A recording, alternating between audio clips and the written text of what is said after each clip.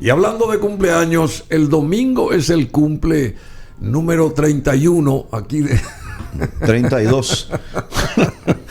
32, por favor. El querido Víctor Pavón, abogado y economista. ¿Cuántos años vas a cumplir? 58. 58. Bien vividos. Sí, el domingo. El domingo, bien 13 vivido. de febrero, por las 13 colonias. Por las 13 colonias. Las 13 colonias norteamericanas, ¿verdad? Que dieron origen a esa gran nación que vos conocés perfectamente. Y que tiene como una base fundamental, que es el de la libertad. La libertad fundada en el respeto a la persona, a su dignidad. Así che. Bueno, y establece justamente en 1895 Estados Unidos establece su protectorado sobre las islas de Hawái. Y en 1752 también en Estados Unidos Benjamin Franklin abre el Hospital Pensilvania, el primero del país, en 1752. Y en 1945 se clausura la conferencia de Yalta, en la que Franklin Delano Roosevelt, Winston Churchill y Joseph Stalin acuerdan el reparto de poder en el mundo tras el final de la Segunda Guerra Mundial. En 1945, conferencia de Yalta. La conferencia de Yalta. ¿Te acordás de eso? Por supuesto, ahí se dividió el mundo.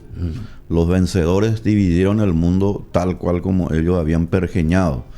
Pero ahí hubo un gran error, mi querido Bruno. ¿Cuál fue? Y el error fue esa connivencia, esa ligazón entre el comunismo de Stalin y lamentablemente la mancomunión con Inglaterra y Estados Unidos. ¿Y qué pasó? ¿Qué quiere decir? ¿Por qué? Y pasó que lamentablemente, ¿verdad?, se le cedió gran parte del territorio europeo a Alemania, a Rusia, a lo que después sería, o sea, lo que es la Unión Soviética, ¿verdad? Y de ahí en más, lamentablemente, grandes naciones, como sería hoy en día Alemania, lo que era antes Alemania del Este, toda esa zona de Ucrania, todas esas cuestiones, estos países tan hermosos que hoy conocemos que se han independizado, Polonia, quedaron a merced de la idea comunista, como la que también se trata de volver a repetir, nada más y nada menos que aquí muy cerca de nuestro país, y en un Chile. país realmente extraordinario que logró grandes avances, que se llama exactamente Chile. Hoy es el cumpleaños número 36 de Gabriel Boric, ¿sabías? No me digas, un hombre joven. Hoy, bueno, 36 años, sí, que asumirá el 11, la administración chilena el 11 de marzo. Nació un 11 de febrero. No hace 36 años. Bueno, si nació en febrero, yo creo que tendrá alguna tendencia positiva, ¿verdad? Positiva. Le deseamos mucha sabiduría al señor Boric, que no se deje seducir por los cantos de sirena del colectivismo y el neocomunismo. Yo sé que él es comunista, pero yo creo que si tiene algún viso de sabiduría, creo que no debería, de hecho no debe, justamente inclinarse hacia las políticas que se está proponiendo en la convención ya constituyente, que pretende hacer una nueva constitución en Chile. ¿Qué reza lo que están ellos argumentando? ¿Tenés alguna idea de lo que, sí, yo estoy lo que siguiendo, quieren implementar, mejor dicho? Estoy siguiendo muy de cerca eso, Bruno, porque es muy importante, porque tiene relación con Paraguay. ¿Ah, sí? Porque no nos olvidemos que Chile, que es el éxito extraordinario que ha tenido en términos políticos y económicos, obnubilado a propósito adrede por los medios de comunicación izquierdistas y por supuesto de algunos analistas, entre comillas, que de luego la mayoría de ellos son todos neocomunistas, le han dado desde luego lo que se denomina la estocada por la espalda al pueblo chileno. Y están organizando el retorno, lamentablemente, a las viejas, caducas y criminales ideas de Salvador Allende. ¿Sí? Ese gran dictador que estaba llevándole a Chile, lamentablemente, o sea, vos no situación. nunca comulgaste con Salvador Allende. Pero por supuesto, obviamente yo era muy chico, estábamos hablando de la dictadura, cuando le hace el golpe de Estado el señor Pinochet, estamos hablando del año 73. Yo tenía 8 años, así que... 8 años, sí, claro. En ese momento. Claro. De manera que... Acá hay que saber nomás, claro, acá hay que siempre establecer con esto que estás una diciendo, cuestión histórica. Sí, con esto que estás diciendo, Salvador Allende fue un dictador. ¿Y Pinochet qué fue? Pinochet también fue un dictador, pero un dictador que hizo la suma del poder una posibilidad de transformar a Chile en lo que hoy es y en lo que se constituyó, y que nadie... ¿verdad? Porque los estudios que se llevaron a cabo, no solamente por agencias de tendencia de derecha, vamos a decirlo así, sino por agencias absolutamente de centro, ¿verdad? Le han catalogado a Chile como un país que logró reducir la pobreza, reducir el desempleo, reducir las desigualdades sociales, lograr un crecimiento educativo de alta eficiencia. O sea que vos apoyás a Pinochet. Pero por supuesto que sí, en ese momento era lo necesario para llevarse a cabo. Y no porque yo esté de acuerdo con la dictadura, sino porque al final todo tipo de dictadura no es buena. Eso hay que partir. El resultado se analiza y pesa claro. más el resultado de los años de Pinochet. Eso fue el error que cometió. Claro, ese fue el gran error que lamentablemente cometió Stroessner, ¿verdad? Yo creo que Stroessner sube en el 54, como sabemos, sí. Y él debió justamente hacerse asesorar por personas que tiendan a comprender los principios de la libertad económica, es decir, proteger la propiedad privada, atraer inversiones, hacer todas las obras que de luego también las hizo, pero que no llegó a impactar en el nivel educativo ni en las cuestiones que hacen finalmente a la economía en sí misma. Nosotros tuvimos un gran crecimiento, especialmente a través de Itaipú, donde llegamos a crecer al 15-18% del Producto Interno Bruto. Pero esas fueron cuestiones efímeras, porque no estaban consolidadas en un principio de institucionalidad. O sea, la construcción de las instituciones implican finalmente la división del poder. Entonces hay una cuestión allí que obviamente las dictaduras no pueden resolver. ¿Y Pinochet sí logró eso? Pinochet le dio mucho hincapié a la libertad económica, y eso logró que las masas empobrecidas por el neocomunismo o el comunismo directamente de Allende lograran lo que antes no habían tenido. Masas empobrecidas. Claro, ¿por qué masas y porque empobrecidas? Sencillamente Allende aplicó una política precisamente de empobrecimiento de las masas a través de lo que se llama la destrucción de la propiedad privada, fijando precios. En los supermercados ya había carencia de todos los productos básicos de la canasta familiar. Y en consecuencia el objetivo era el constituirse en un nuevo dictador bajo el auspicio supuestamente de la democracia popular, que en realidad es una gran mentira, porque la democracia popular en realidad debería ser el gobierno del pueblo y por el pueblo y con el pueblo. Con el apoyo de Fidel Castro. Pero claro, con el apoyo de Fidel Castro. Esas pues son las cuestiones que hay que estudiar, no con el ánimo de mirar por el retrovisor de la historia, sino que para mirar para adelante. Y el Paraguay no puede sustraerse de lo que está sucediendo en Chile, porque eso también puede venir aquí en Paraguay. Y si viene va a ser muy difícil. Tenemos unas imágenes que las vamos a mostrar en unos minutos más. Pero yo recuerdo, cuando hablas de Allende, de la época de Allende, esas largas colas en blanco y negro, las imágenes, la televisión en ese momento era en blanco y negro, las largas colas tratando de conseguir un poco de pan, un poco de esto, un poco de aquello allá en Santiago, digamos, de la gente, del pueblo, totalmente, de la ciudadanía. Hasta ahora tengo en la retina guardo esas imágenes, ¿verdad? Así mismo. Y después, qué sé yo, lo que pasó, la explosión esa en la moneda y todo lo que se dijo que sucedió, que unos dicen que lo mataron a Allende y otros dicen que él mismo se sacó la vida. Así que al final de cuentas no sé cuál es la real verdad, digamos, ante esta historia.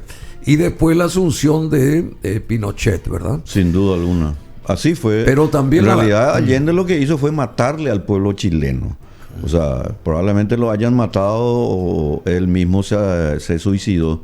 Pero la realidad es que él le fue matando de inanición, de pobreza, de miseria y algo muy ¿Y él no se importante, daba cuenta de eso? de un alto proceso inflacionario, porque empezaron a emitir dinero para repartir, por supuesto, a las clases populares, que no son más para que ellos mismos se enriquezcan.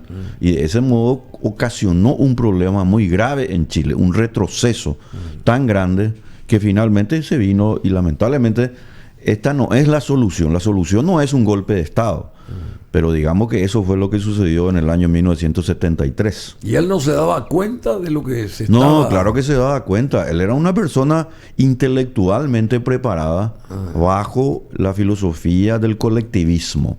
Él era una persona que entendía que la propiedad privada no debía ser garantizada, que debía ser colectivizada, y que los agentes, o lo que se denominan las masas populares, deberían tomar el poder finalmente del gobierno para de esa manera supuestamente mejorar a las otras personas que no estaban dentro del circuito político económico.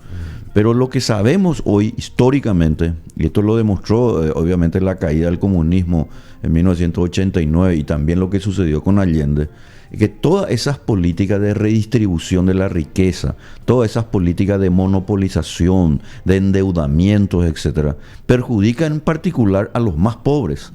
Esta gente se llena de boca para afuera con que le beneficia al pobre, pero en realidad le perjudica, y son sus más grandes verdugos. De boca para afuera. Y lamentablemente de boca para afuera. Y esta gente, Bruno, está queriendo volver, porque en Chile, como bien dijiste, ya se está llevando a cabo lo que se denomina una gran convención nacional constituyente, donde obviamente ellos están estableciendo el proyecto de modificación total de la Constitución chilena. Total. Y total significa total, así como bien se escucha. ¿Y cuáles son aquellos parámetros que tendrían ellos en cuenta, digamos, lo que están elaborando ese proyecto, para que la Carta Magna, la nueva Carta Magna chilena, empiece a imponerse, digamos? ¿Cuáles son los cambios radicales, si hay radicalidad en los cambios, que va a tener esta nueva Constitución chilena? Exactamente. En primer lugar es la de establecer que la propiedad privada debe estar sujeta a lo que ellos denominan el concepto de justicia social, y que la propiedad privada, es decir, de los chilenos, va a estar también supeditada a lo que el gobierno, de acuerdo a la coyuntura económica y política, va a tener que decidir. Ese es un punto importante.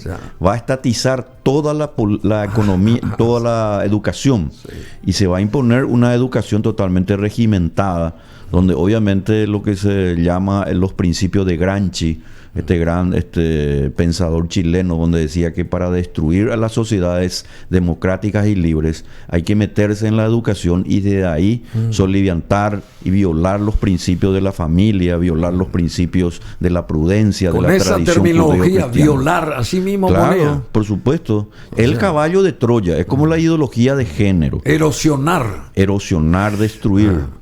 Eso está ocurriendo, algo que nosotros no tenemos que descuidarnos, porque esto no es una mera retórica. ¿Y la propiedad privada tiende a desaparecer o a allá en Chile? Tiende a desaparecer, y la propiedad privada, cuando se toca y no es garantizada en los contratos y en la misma Constitución, por sobre todas las cosas, produce lo que se denomina un desincentivo. Las personas ya no tienen ganas. Desincentivo, claro. En economía hay una palabra, incentivos, que es clave para comprender toda la economía. Si las personas no tienen incentivos por mejorar, por estudiar, por ser más laboriosos, más disciplinados, la gente finalmente espera de alguien y se ponen bajo la pollera de los políticos y burócratas y ceden finalmente su libertad, como ocurre acá, para recibir seguridad. Parte. Y justamente eso decían los grandes pensadores libertarios, liberales, ¿verdad? Que cuando una sociedad prefiere la seguridad antes que la libertad, pues se pierden las dos cosas. No tienen ni libertad ni seguridad. Qué bueno, qué bueno. Así mismo, es que eso es una experiencia no solamente ya expresada en términos filosóficos, sino que es una experiencia histórica, se ha comprobado eso. Con Víctor Pavón charlando, nosotros siempre nos enseña y nos trajo este material que refleja el neocomunismo. A ver, vamos en 2 minutos abocarnos a atender este material, estas cuestiones en imagen y sonido que son muy importantes ahora mismo para comprender muchas cosas a partir justamente de ahora. Así que mucha atención, aquí va este material. Es por eso que nosotros proponemos un cambio total en la forma de funcionamiento del Estado y también en la administración del poder económico, o sea, de la propiedad de los medios de producción. En primer lugar, proponemos disolver las actuales instituciones estatales y reemplazarlas por una única asamblea que concentre todos los poderes y sea organizada de manera distinta, con representantes electos desde sus territorios y lugares de trabajo. Esto no es una novedad, no es un invento nuestro. En Chile, los cordones industriales fueron embriones de poder de la clase trabajadora, con representantes electos en cada fábrica.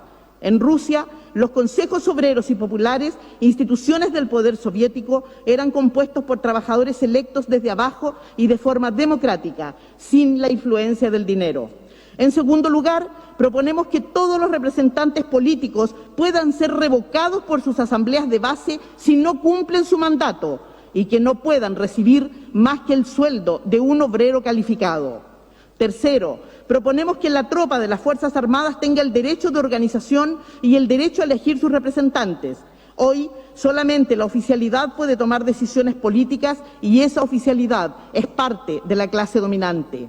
En cuarto lugar, proponemos que ningún sector parasitario de la sociedad tenga representantes en el futuro poder estatal, ni la alta cúpula de la Iglesia, ni los dueños de grandes empresas y especuladores, ni la oficialidad de las Fuerzas Armadas. Esos sectores no producen ninguna riqueza, no trabajan y no deben opinar en la conducción del Estado. Por último, esta propuesta viene combinada a la iniciativa que defenderemos en la Comisión 5, que plantea la socialización de todas las grandes empresas del país, minas, empresas de energía, puertos, bancos, etcétera. Todas esas empresas deben pasar al control de la clase trabajadora y el pueblo. Así, de forma democrática, la clase trabajadora podrá definir los rumbos del país y planificar la economía de acuerdo a las necesidades de la mayoría de la población y no de unos pocos privilegiados. Muchas gracias. Dios mío, Dios mío, Dios mío. Y es una sesión de la convención que se está haciendo, ¿verdad?, en varias sesiones, valga la redundancia, para elaborar lo que la nueva Carta Magna tendrá para los chilenos. 20 millones o casi 20 millones de seres humanos que a partir de ahora serán simplemente, según lo que manifestó esta señora, como una suerte de gusanitos ahí, ¿verdad? Porque así mismo, se les va a cortar absolutamente todo. Claro. Va a desaparecer hasta la posibilidad de crecimiento económico de la gente. Y fíjate, Bruno, estábamos hablando cuando estaba pasando. Nadie puede hablar, dice. Exactamente. Nadie puede hablar. Pero fíjate la expresión, primero, los grupos parasitarios, dice. Sí, claro, los grupos parasitarios son los dueños de los medios de producción privados, de luego, ¿verdad? Los medios de comunicación, las empresas. Ellos son parasitarios. Y esto que nosotros vamos a hacer, decía la señora, va a ser para reivindicar lo que ocurría en la Unión Soviética. O sea, ellos siguen creyendo, porque de hecho así les conviene, porque esta gente se va a volver rica a expensas del pueblo que se va a volver más pobre. Ellos siguen creyendo que la Unión Soviética fue una cuestión que no implosionó por dentro.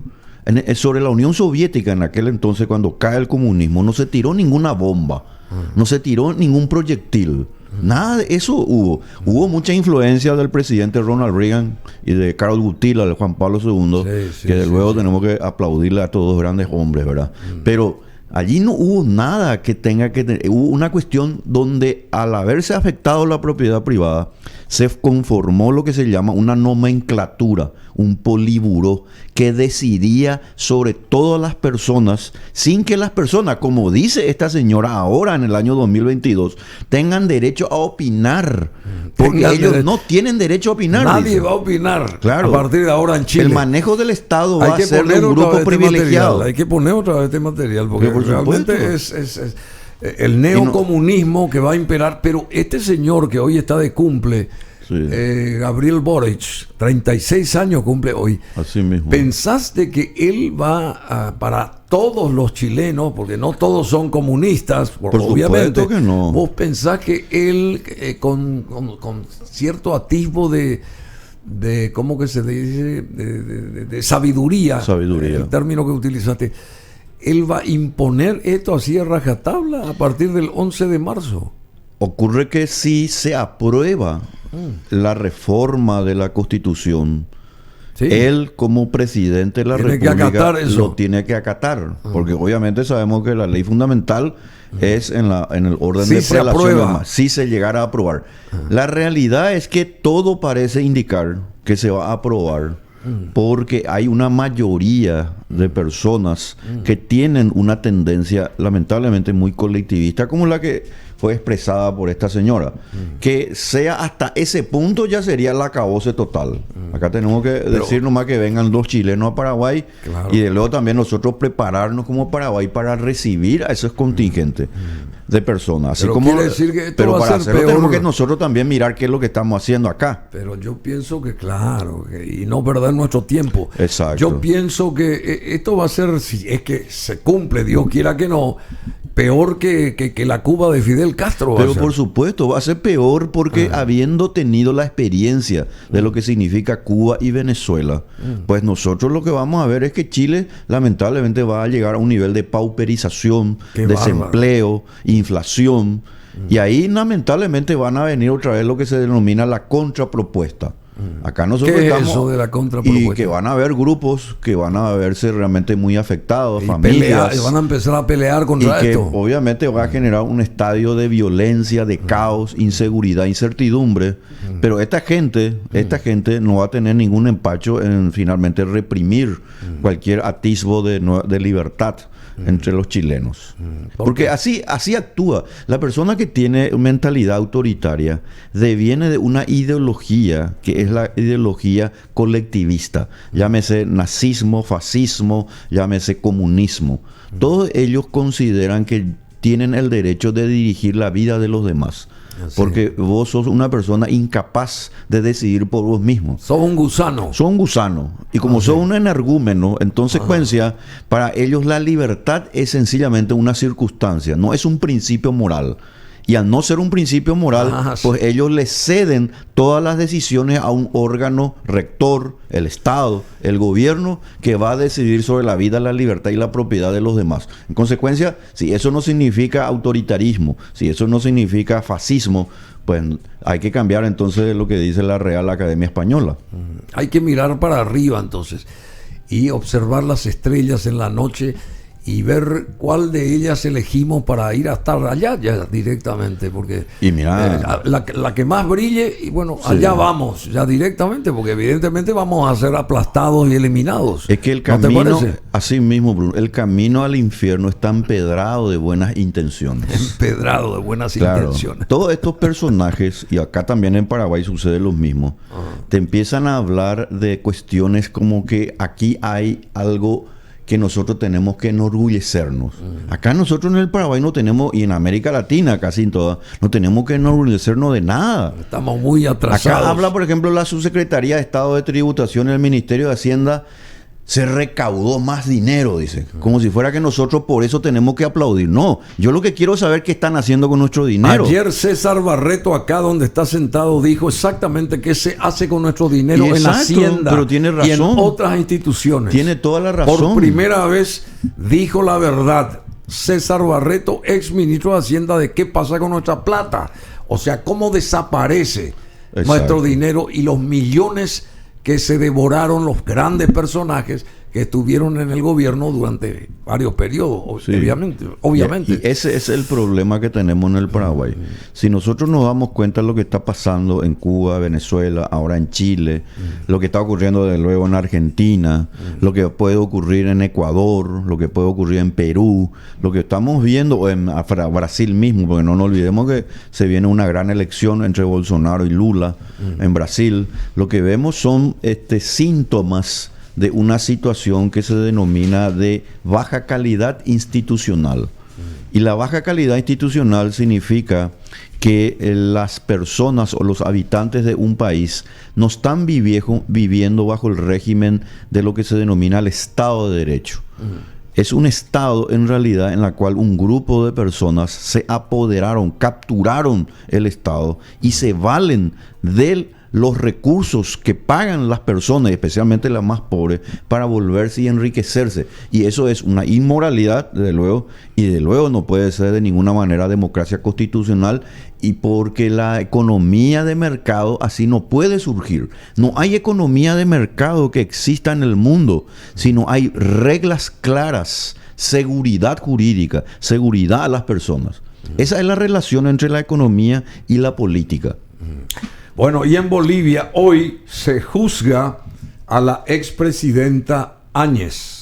¿Sabía? Exacto, sí. Bueno, que la pusieron presa, la metieron presa. La llevaron presa porque ella justamente se opuso al régimen bolivariano en su momento de Evo, y porque sencillamente ella se percató y quiso corregir un camino sinuoso que ya se estaba haciendo en Bolivia. Pero ahora va a ser juzgada y probablemente va a ser llevada a la cárcel. Otra vez. Otra vez. Bueno, esto está pasando pero también las comisiones Bolivia. de derechos humanos, Bruno, las comisiones, las agencias, las ONG de derechos humanos, nada dicen sobre esto. Porque son hipócritas, son como los fariseos de antaño.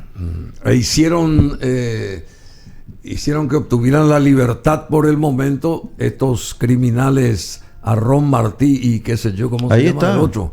Colmán, que Así están allá mismo. en Finlandia, no sé dónde. Viviendo la fresca viruta. Escapándose de la justicia paraguaya. Así y mismo. el Uruguay que se prestó también a eso, ¿verdad? Totalmente. Porque el Uruguay debió de enviarlos acá para que acá sean juzgados. Sean Esa es la verdad de juzgados la y milanesa. llevados a la cárcel para que estén allí, si es posible, hasta los últimos años de su vida. Porque no es justo, no es de justicia que ninguna persona finalmente se encuentre y se le encuentre prácticamente sin ningún tipo de castigo y sin ningún tipo de tribunal cuando mandó matar o secuestrar a otra persona, sea de manera intelectual o sea finalmente de manera directa o sacándole la vida. Sí.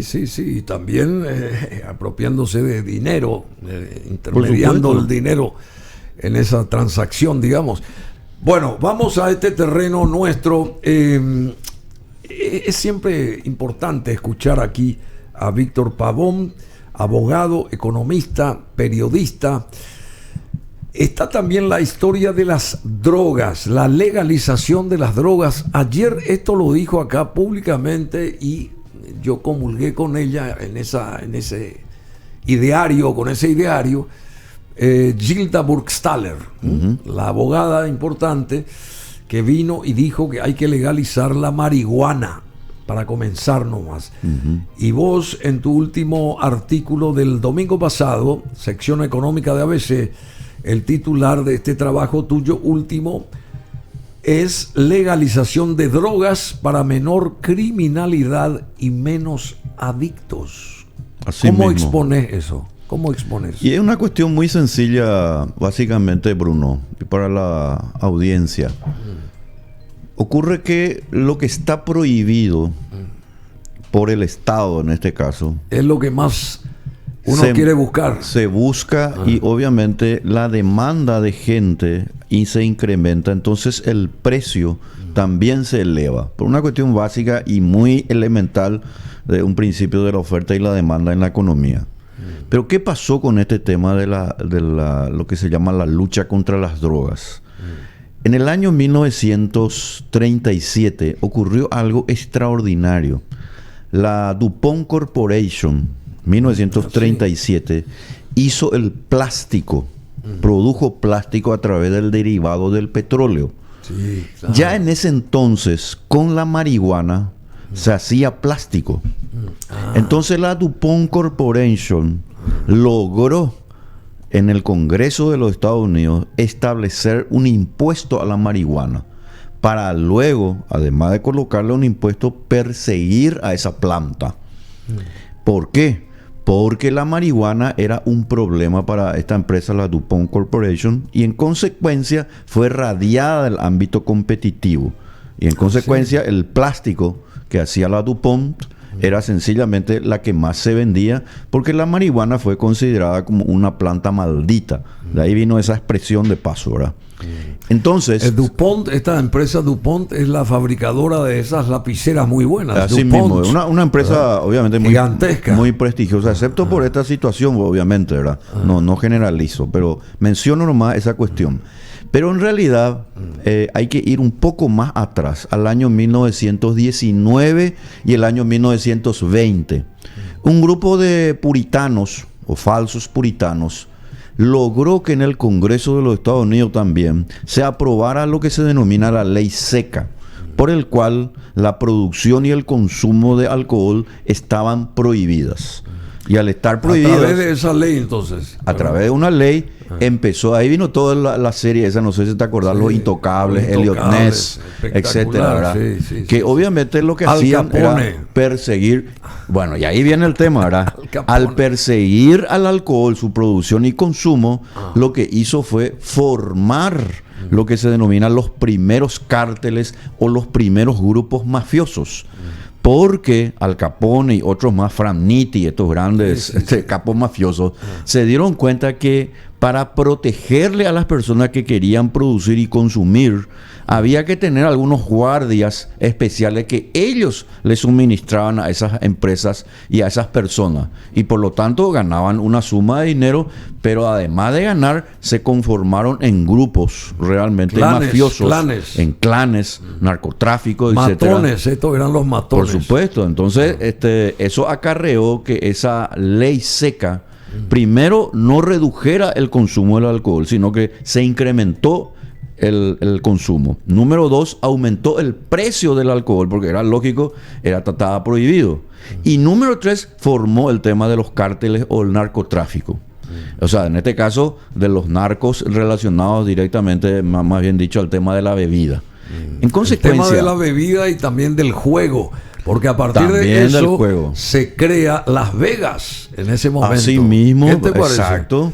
También, entonces, cuando algo está prohibido, como se sucedió en ese caso, se potencian las casas de juego y las, ¿cómo que se llama ahí? Donde sí, en Cuba, ¿cómo se llama? Sí, con los casinos. Los casinos así y mismo. compañía, porque Cuba fue todo un ¿Y dónde está el problema más grave que hoy tenemos en el siglo ya XXI, ¿verdad? En el año 2022? Que el grado de persecución y criminalización que se le hace, en particular, y hay que hablar de Paraguay, marihuana, ¿verdad? Vamos a hablar de Paraguay. Marihuana. Está acarreando un problema muy grave. Y socialmente y el problema también grave es que el nivel de adicción por drogas que se sintetizan o se vuelven artificiales con agregados de marihuana, produce un nivel de adicción que ya está afectando toda la estructura del cerebro central y crea esa adicción que es sencillamente un problema. En consecuencia, el adicto no es visto como un enfermo, sino como un criminal. Para colmo, Bruno, y esto hay que señalarlo, nosotros estamos entrando, ya hemos entrado de hecho de hace varios años, pero ahora todavía más, a lo que se denomina una narcodemocracia. Los partidos políticos y los políticos están siendo financiados por grupos relacionados al narcotráfico. Directamente. En consecuencia, nosotros hablamos de una ley de financiamiento político, financiamiento que se refiere a las organizaciones políticas, pero de nada eso sirve si previamente todo ese proceso de producción y comercialización no se transparenta, es decir, no se legaliza, porque esa guerra está perdida. La guerra contra las drogas está perdida. Hay que legalizar desde hace mucho tiempo. Hay que legalizar entonces la marihuana acá. Por supuesto que hay que legalizar. ¿Y qué vamos a conseguir si se legaliza? Y lo primero que vamos a tener es un mercado mucho más transparente. Vamos a poder saber quiénes, o las personas, las familias, que ahora no pueden tener un nivel de contención de sus jóvenes, que se pierden lamentablemente con varios otros tipos de drogas también asociadas a la marihuana. Pero hay muchos jóvenes van a tener socialmente pudientes que fabrican y que por supuesto, procesan esta y lo historia hacen de manera clandestina y venden después y sacan muchos Fíjate dividendos. lo que sucedió hace unas semanas atrás en Buenos Aires, donde justamente se mezcló la cocaína con un opiáceo que es el fentanilo, y de esa manera provocó nada más y nada menos que la muerte de 25 personas. Y un paraguayo era el generador, supuestamente. Y sí, pero ¿dónde está la cuestión acá? ¿Qué pasa con el vodka? Vodka, la bebida. Vos te vas al supermercado vodka, o a un lugar donde se expenden bebidas. ¿Y cuál es el nivel que tiene el vodka? Primero que no se siente. Cuando tomás, nadie te puede oler nada porque no se siente. Y bueno, esa es la diferencia con alguien que toma whisky respecto al vodka. Claro. ¿Sabías vos eso? No, eso no sabía. Bueno, pues eso, claro, vos tomás y nadie nota que vos tomaste. No, yo sé que vos te gusta esa bebida. No. Te digo nomás porque eso me comentaron y bueno, está la citrusca mezclado con citrus también. Sí. No, yo sé que son bebidas. Yo te interrumpí. Bebidas muy estimulantes, ¿verdad? Sí. Pero el vodka, en serio, vos sabés que uno toma el vodka y no tiene olor, no tiene para la gente que se acerca al tomador. Algunos toman para desinfectar la boca, ¿verdad? Puede ser, yo creo que es una excusa un poco difícil de entender. 40% de alcohol tiene el vodka. Y más a veces. Sí. Algunos llegan al 80, 90%. ¿Ah, sí? Es casi como tomar alcohol, ¿verdad? Directamente. Y claro. Pero ¿qué pasa con el vodka o el whisky que tienen grandes cantidades o porcentajes de alcohol? Están en el mercado y tienen lo que se denomina un control de calidad.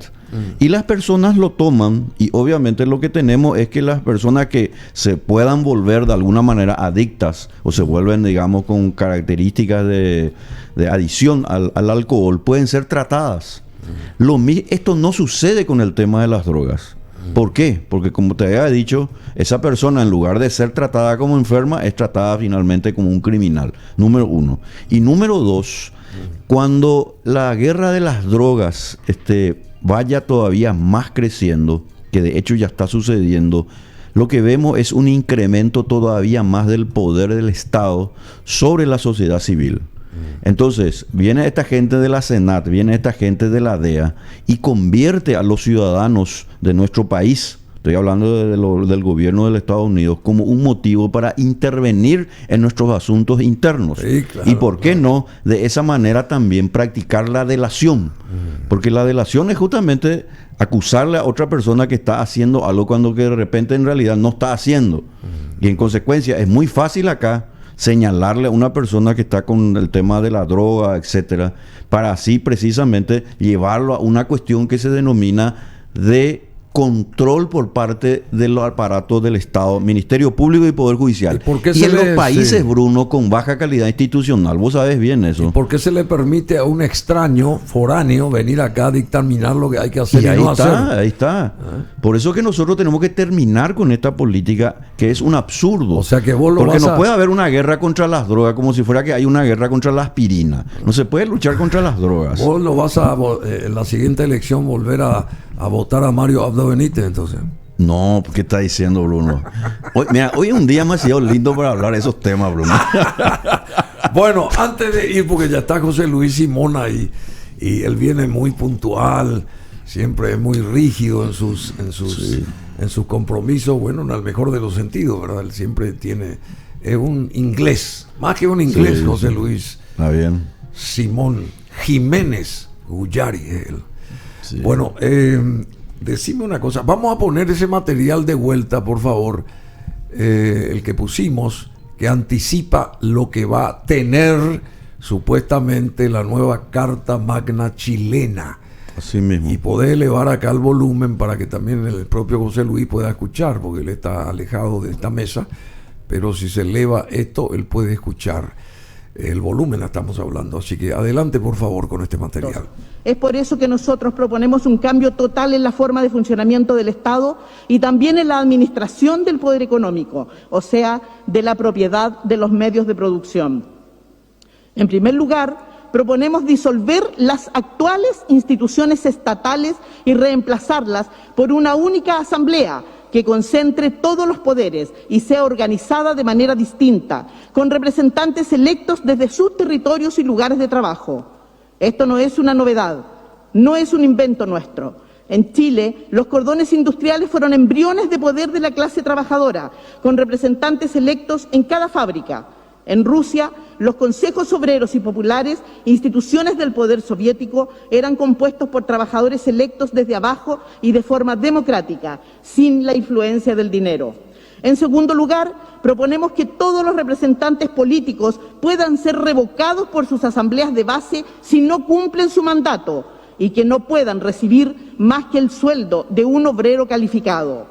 Tercero, proponemos que la tropa de las Fuerzas Armadas tenga el derecho de organización y el derecho a elegir sus representantes. Hoy solamente la oficialidad puede tomar decisiones políticas y esa oficialidad es parte de la clase dominante. En cuarto lugar, proponemos que ningún sector parasitario de la sociedad tenga representantes en el futuro poder estatal, ni la alta cúpula de la Iglesia, ni los dueños de grandes empresas y especuladores, ni la oficialidad de las Fuerzas Armadas. Esos sectores no producen ninguna riqueza, no trabajan y no deben opinar en la conducción del Estado. Por último, esta propuesta viene combinada a la iniciativa que defenderemos en la Comisión 5, que plantea la socialización de todas las grandes empresas del país, minas, empresas de energía, puertos, bancos, etc. Todas esas empresas deben pasar al control de la clase trabajadora y el pueblo. Así, de forma democrática, la clase trabajadora podrá definir los rumbos del país y planificar la economía de acuerdo a las necesidades de la mayoría de la población y no de unos pocos privilegiados. Muchas gracias. De forma democrática, dice. De forma democrática. De forma democrática. La democracia que ellos denominan Qué la democracia bárbaro. popular, la democracia social. Y todos esos términos que en realidad le vacían de contenido a la verdadera acepción. Esta va a ser la realidad chilena a partir del 11 de marzo, según vos. Y bueno, vamos a ver cómo reacciona, como habíamos dicho anteriormente, el presidente electo Boric.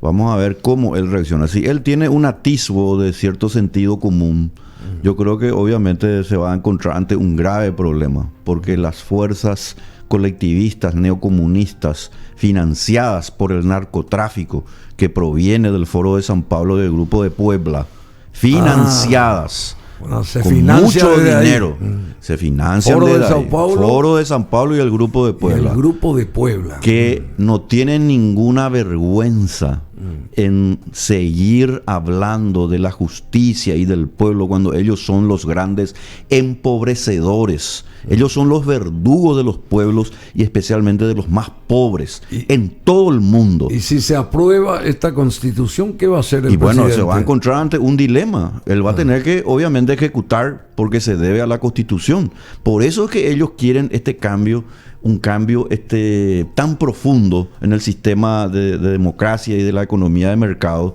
porque lo que pretenden es destruir la propiedad privada, destruir la división de los poderes y hacer que la nueva nomenclatura que ellos van a manejar, de acuerdo a los criterios populares, sean lo que finalmente gobierne en Chile. Dios mío. Bueno, y la legalización de las drogas, ¿estás de acuerdo con esta legalización acá en Paraguay? Por supuesto. No, yo estoy de acuerdo porque sencillamente esta es una guerra que ya no tiene ningún sentido. Y yo he analizado mucho este tema, y además creo que estamos ante una situación en cuanto se refiere a la marihuana. Nosotros estamos en condiciones ya de iniciar este proceso. De manera que no hay otra forma más de la que sencillamente transparentar, legalizar y por sobre todas las cosas tener un control también de aquellas personas que hoy son adictas y que lamentablemente se pueden subir a un auto, pueden estar en algún lugar y le pueden matar a una persona sin saber finalmente que esa persona es una adicta, porque una persona adicta es una persona enferma.